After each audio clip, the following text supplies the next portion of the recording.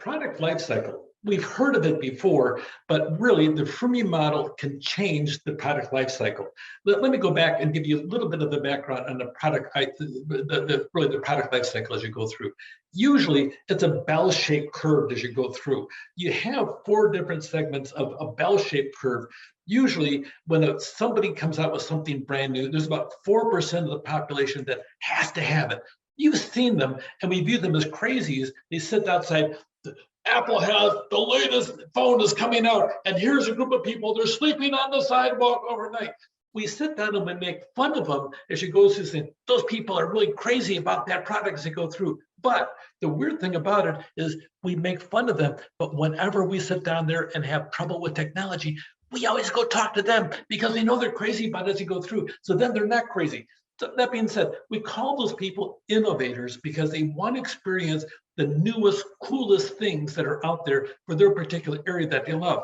And then you have about 42% of the people, they sit down and they're always, we call the early majority. And then you have another 42 to 44%, we call the late majority, and they catch on later on. And then you have the laggards, which make up the last 4%. It's not exactly those numbers. It'll vary from generation. It'll also vary from product, also vary from service as you go through.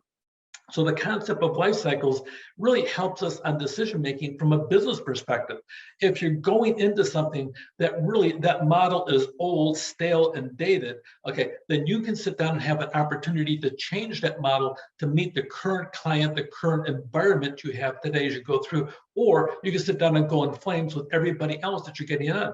Typically, what happens is your most profitable segment as you go through in the product life cycle really is that growth thing. So we call the 4 stages: introduction, growth, maturity, and decline, or introduction, early majority, late majority, and then laggards as you go through when it comes down to it as you go through. So you're willing to sit down and we use the product life cycle to decide when we're going to increase advertising, when we're going to reduce prices, we're going to expand to new markets. So normally we use that and we watch it as we go through.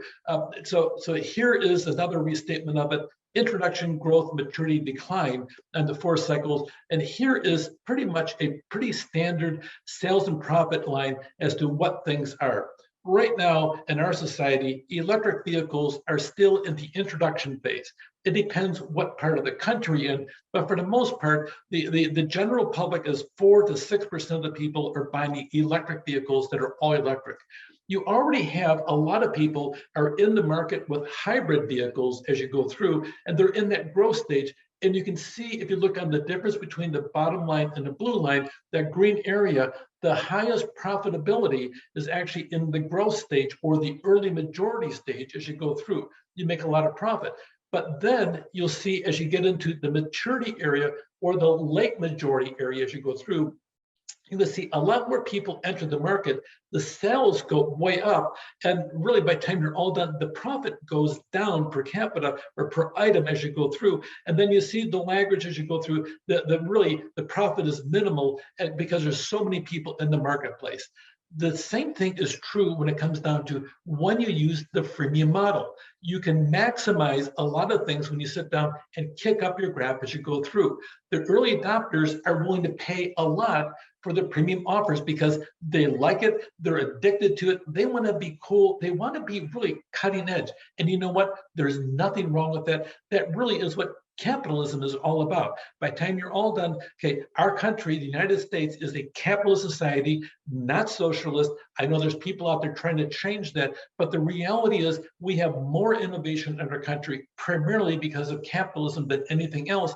And especially those early adopters, they're willing to pay a premium for the services. So by the time they're done, they're sitting there going, buying, buying, buying, and people are paying attention to them because they influence a lot of people on social media, but also in their personal lives.